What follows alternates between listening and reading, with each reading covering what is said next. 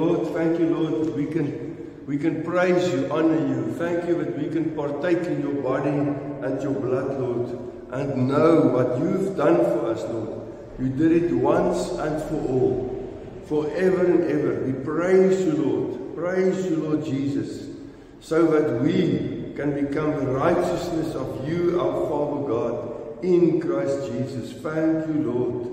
We praise you for that. Thank you, Jesus. Amen.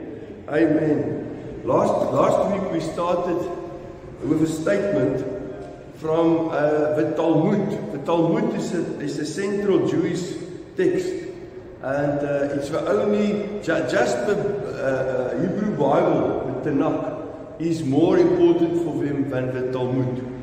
And in the Talmud it said, one place it says, we don't see things the way they are. We see them the way we are. Yeah, how we think, how we see ourselves. Or we see, not always knowingly, but if we are negative, we see everything negative. But even if everything is negative, if we are not positive and our eyes fixed on Jesus, yes, then everything will be negative, no? And people will give up. So it's all about our perception of life. And everything that happens around us, but that are actually about the reality, but it's actually about the reality within us. And the reality within us, as believers, as children of God, that is saved by grace through faith. Ephesians 2 verse 6, or 2 verse 8, sorry, is the Holy Spirit. That reality is the Holy Spirit within us. That is the reality in us. And we must keep reminding ourselves constantly that I am not a normal human being. I am not. I'm a child of God. I'm a saved child of God. I belong to the Lord. I am not on myself or by myself.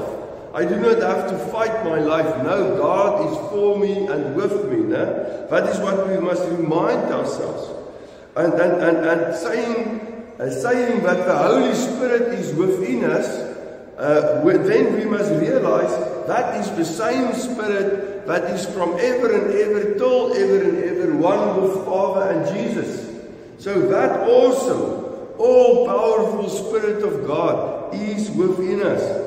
So that's why Romans 5:1 said, since we have been made right in God's sight by faith, we have peace, we have shalom with God because of what Jesus Christ, our Lord, has done for us. Because of our faith, Christ has brought us into this place of undeserved privilege. Literally, we are in a place of undeserved privilege, where we now stand and we confidently and joyfully look forward to sharing God's glory, sharing God's manifested presence. Verse 3 starts to say, we can rejoice. Because of this, we can rejoice. Doesn't matter what happened in our life, doesn't matter what happened, we can rejoice. So instead of pleading before God, we praise Him for what we have He already gave us, that He already placed within us. We already got everything that we need to work for Him, to live for Him, because 1 John 4:17 says, as Jesus is, so are we in this world. Now, praise the Lord. And even if the worst happened, the worst of what we're seeing in the world outside, but we can see, if this happens, and people say, that's going to happen, what will we do? Well, one thing we must know, 2 Corinthians 4:16, we do not lose hope. We never lose hope, but the way he's saying it here is, we do not lose heart. We do not lose heart. Why? Because the Spirit of the living God is in our hearts. Amen. Even though it says there, it goes further in 2 Corinthians 4:16, it says, even though our outward man is perishing, yet the inward man is being renewed day by day. Verse 17 says, for our light affliction And remember, Paul and those guys were they had every trouble you can think of, no? And they were, everything and everyone was against them. If you think the first believers, all of the first believers, about 99% of them were Jewish. So they were already, even if they stayed to be not just normal Jews, they were already under an unbelieving heathen government, under the Romans. And they could not do what they want. And now they are coming against their own religion, in the sense that their religion wants to throw them out because they believe that Jesus is the Messiah. But Paul says, this for our light affliction, that is but for a moment, is working for us a far more exceeding and eternal weight of glory. Verse 18, while we do not look at the things which are seen, but at the things which are not seen. For the things which are seen are temporary, but the things which are not seen are eternal. So what are we saying today? What do we believe the Lord wants to teach us today? You see, I start every morning, for quite a while now, I start every morning to say, because of Christ Jesus in me, because I know Jesus is in me, Holy Spirit is in me, I choose today to see. I choose today to see. Not with physical eyes, because that is temporal now. But I choose to see with spiritual eyes. I see with my spiritual man eyes. With the eyes of my heart. Ephesians 1:18 speaks about the eyes of the heart. I see the things my Yahweh, my Lord, has promised. I see the things God has promised. And I see myself, my children, my own children and grandchildren. I see myself, my children, and all my church family. I see us clothed in Christ Jesus. Ephesians 3:27. I see us clothed in Christ. Clothed in all the promises of our Lord. We are clothed in His promises. We are part of His kingdom. We are the children. We've got the same Father as Jesus. We've got the same Father. We are heirs with Christ of all the inheritance of God. I see the blessings of God. I see it. With spiritual eyes, I'm seeing it. And I'm declaring it. I'm saying I see the blessings of God. I see the beauty of His holiness. And in His glory, His manifested presence, His health, His healing, His provision. I choose to see. And then I speak out. I do not keep quiet. I speak out. I speak because I believe. In 2 Corinthians 4:13 it says, I believe, therefore I speak.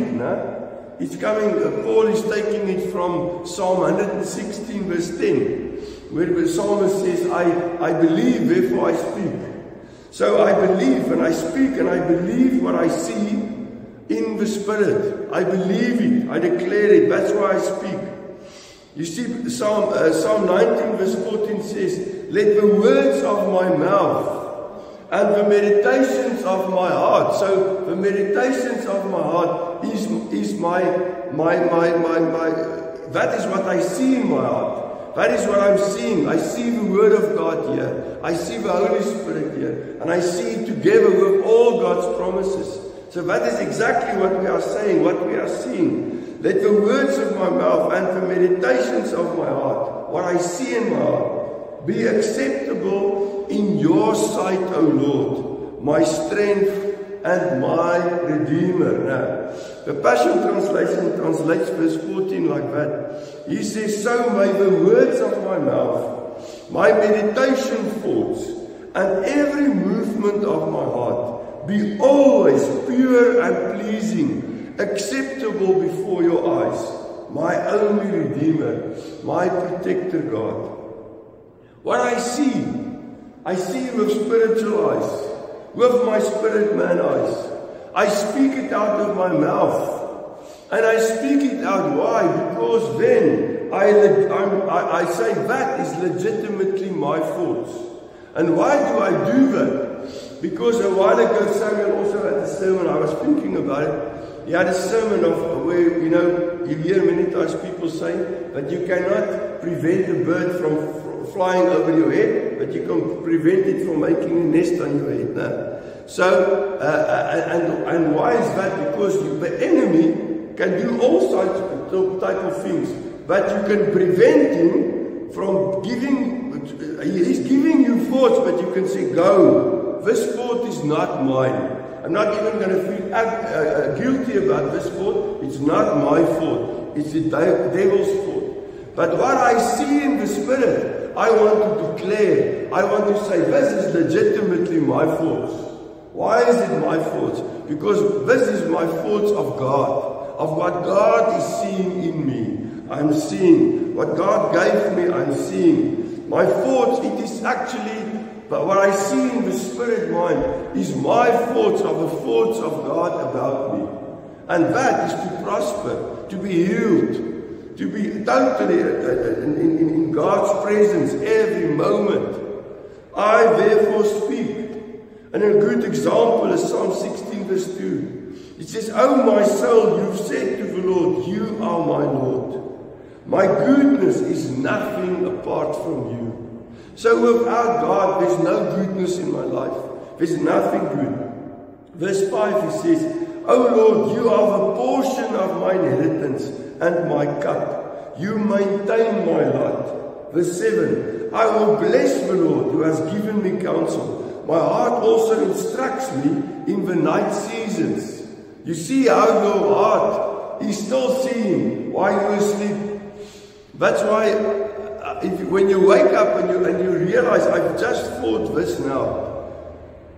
It happened many times with me, and then sometimes I think, no, I will remember it tomorrow. This is awesome. This is something I want to use in the sermon. But no, stand up, write it down, because the enemy come and steal it from you.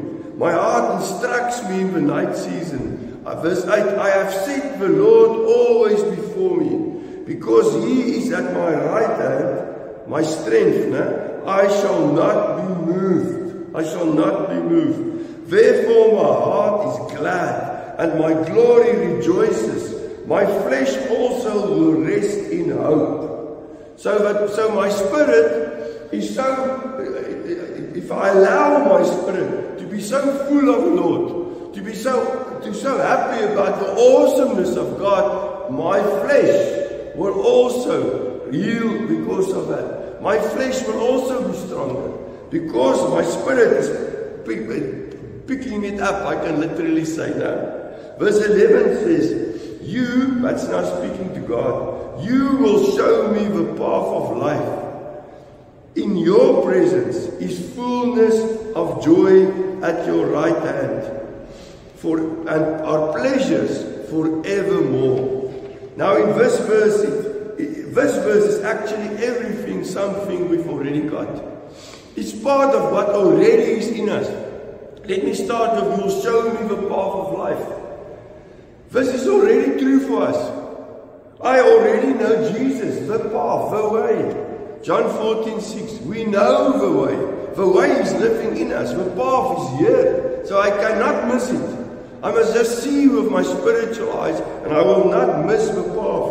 I already got the path of life. This next part of this verse, that's now everything, Psalm 16:11. "In your presence is fullness of joy at your right hand." I'm already sitting, Ephesians is saying, Ephesians 2 verse 6, I'm already sitting together with Jesus at the right hand of the Father in the heavenlies.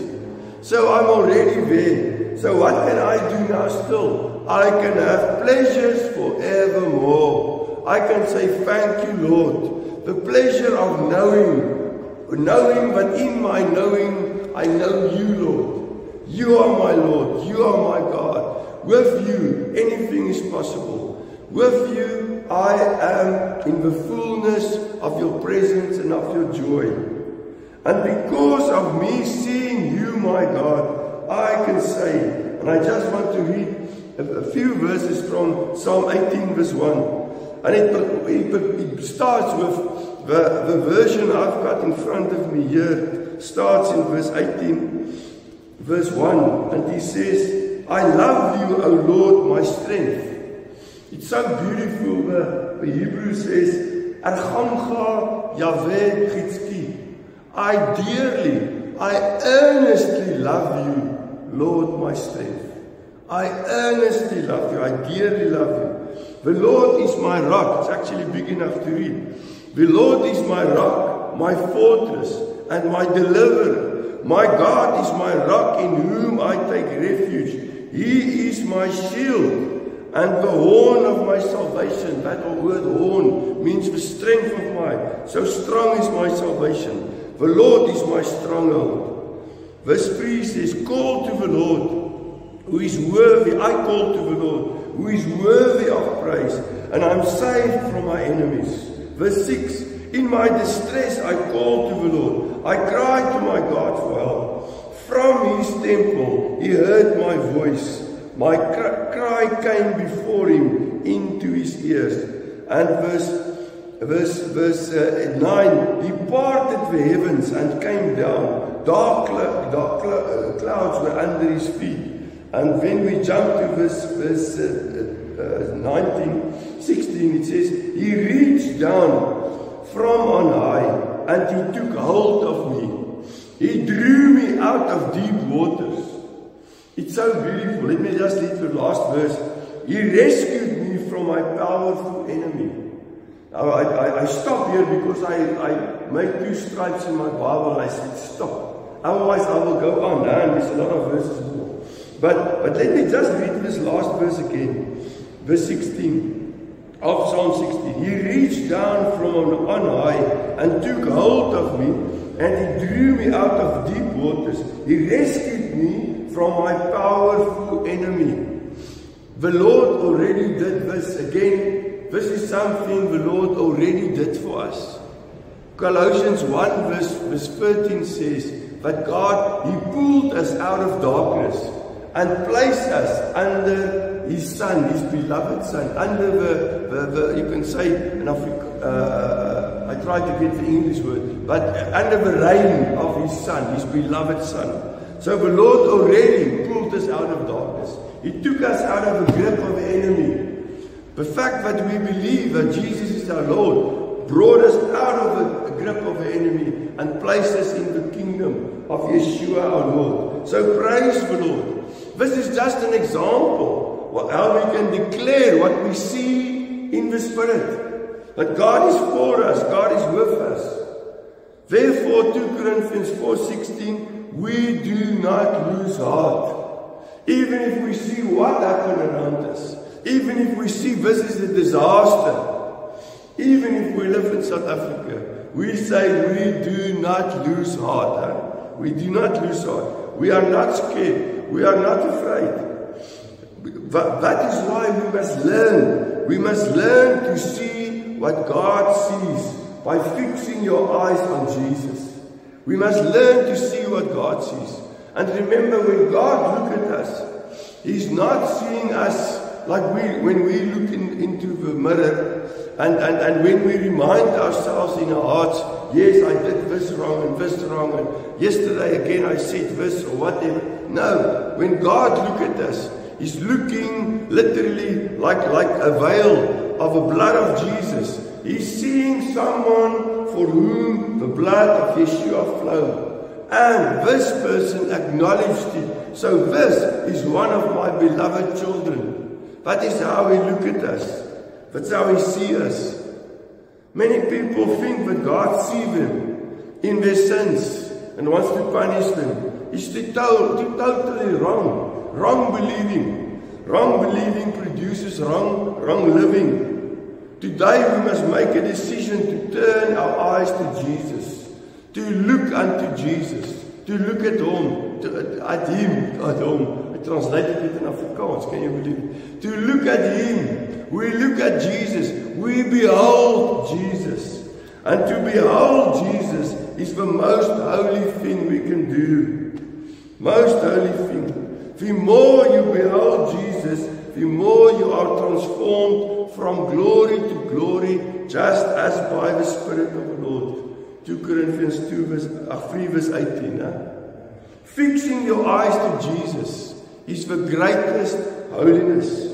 When you behold Jesus more and see His love, His forgiveness towards us, His abundant grace, His gift of righteousness, purchased for us with His own blood, you will be transformed supernaturally. Holiness is then a byproduct.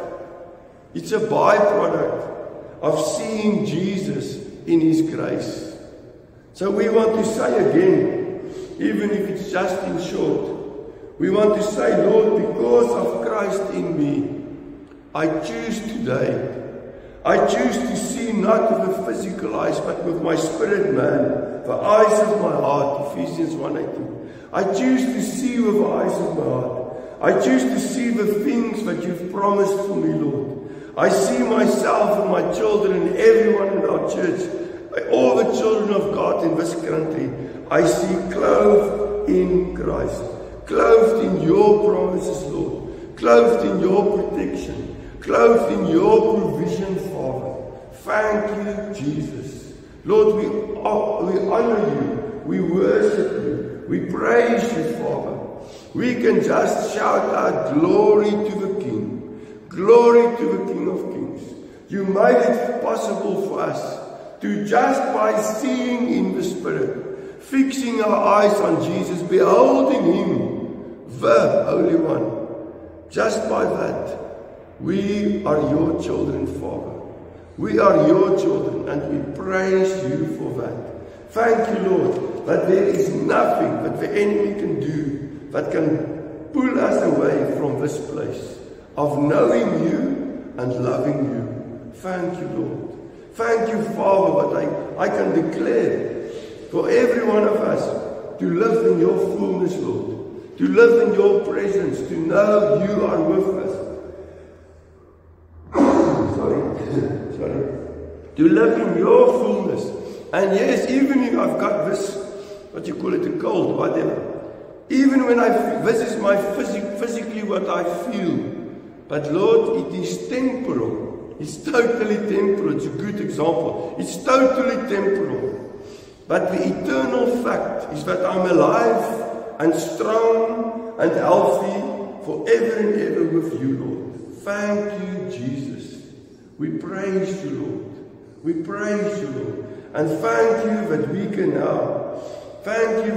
now receive your shalom, shalom, your perfect peace and your provision, your perfect healing and wholeness, total wholeness and provision. We praise you, Father, in Jesus' name. Thank you, Lord Jesus. Thank you, Lord, that we receive your wholeness for Elseke and Tehillah. Thank you, Lord. We receive your wholeness for Elseke and Tehillah, for Donnie and his back. We receive your wholeness, Father, for Peter, and yes, also for Sally. In Jesus' name, strong and healthy. In Jesus' name, thank you, Father. Amen. Amen. Amen.